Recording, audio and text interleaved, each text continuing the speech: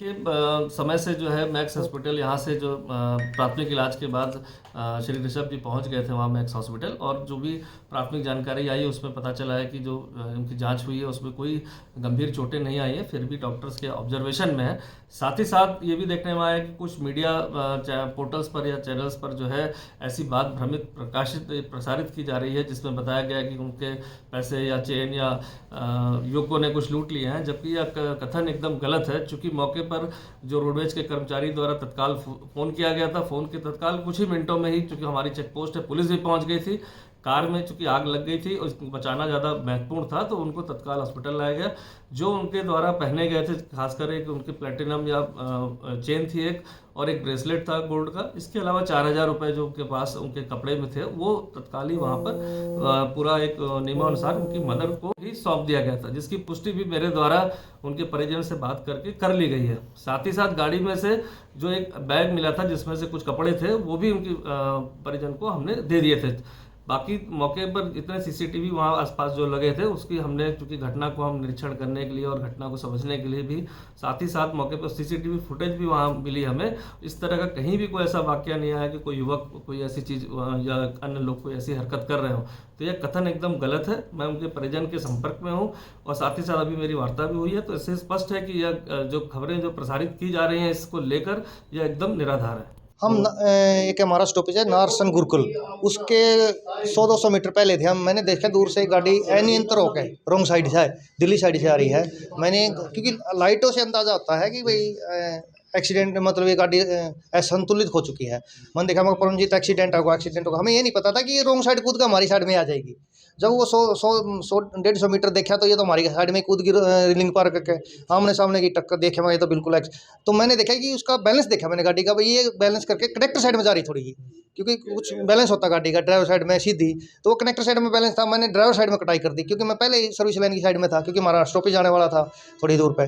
तो मैंने driver side में करी, इससे मेरी बस का बचाव हो गया, उसकी गाड़ी का बचाव हो गया। फिर उसकी गाड़ी डिवाइडर से टकराती हुई आगे से बोनट टकराता हुआ डिवाइडर में, फिर वो घूम गई। सबसे पहले मैं ही गया था, फिर मेरा क्या कुछ देखा वो तो मैंने सबसे पहले देख लिया था, क्योंकि साइड शीशे में देखा ना मैंने, भाई मेरी गाड़ी बच गई, उसकी गाड़ी बच गई। और उसमें मैंने देखा गाड़ी में डिग्गी में आग लग चुकी थी, भाई आग शुरू हो चुकी थी। उसके बाद कैसे हालात थे, वो किस ऐसे हालात थे गाड़ी का, तो कुछ जब कह दूं तो मीडिया वाला, ना तो खिड़की थी, ना दरवाजे थे, ना छत थी, कुछ नहीं था, खत्म था सब कुछ।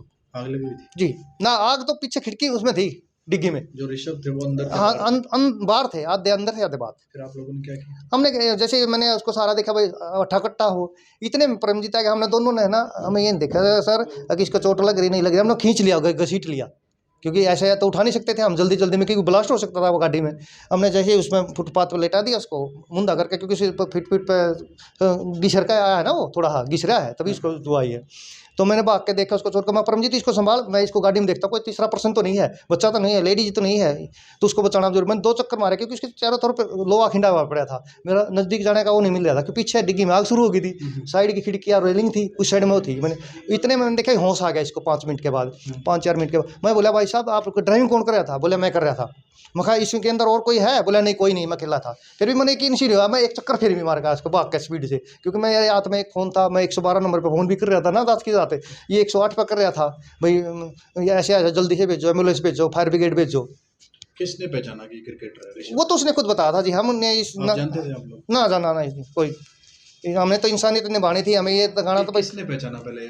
किसी ने नहीं पहचाना आपने? ना, किसी ने नहीं पहचाना। उसने क्या बताया? उसने बताया कि मैं क्रिकेटर हूँ, इंडियन क्रिकेटर। बोला ये परमजीत जब कौन है? भाई मैं ऋषि पंत हूँ। मेरे तक कहने लगा सुशील के ऋषि पंत होगा यार, मैंने क्या पता है, क्योंकि हमने तो इतना शौक नहीं है क्रिकेट का, हमें काम से मतलब है। मैं कोई बात नहीं, हमने तो हेल्प करनी है यार, जो काम करा अपना काम करो। हम तो पब्लिक को भी ये कहते भाई सारे वो करो।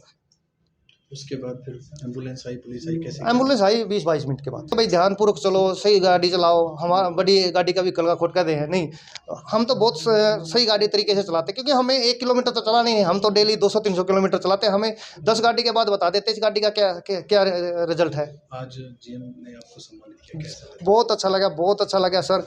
ये आज गौरव का दिन मेरे लिए नहीं सर, ये हमारी हरियाणा रोडवेज के लिए, हर एक छोटे कर्मचारी से लेके हमारे जनरल मैनेजर कुलदीप जांगड़ा से लेकर हमारे जो डीजी है, मुख्य मंत्री, सबके लिए गौरव का दिन है, क्योंकि हमने एक ऐसे इंसान की जान बचाई है जो वर्ल्ड लेवल का।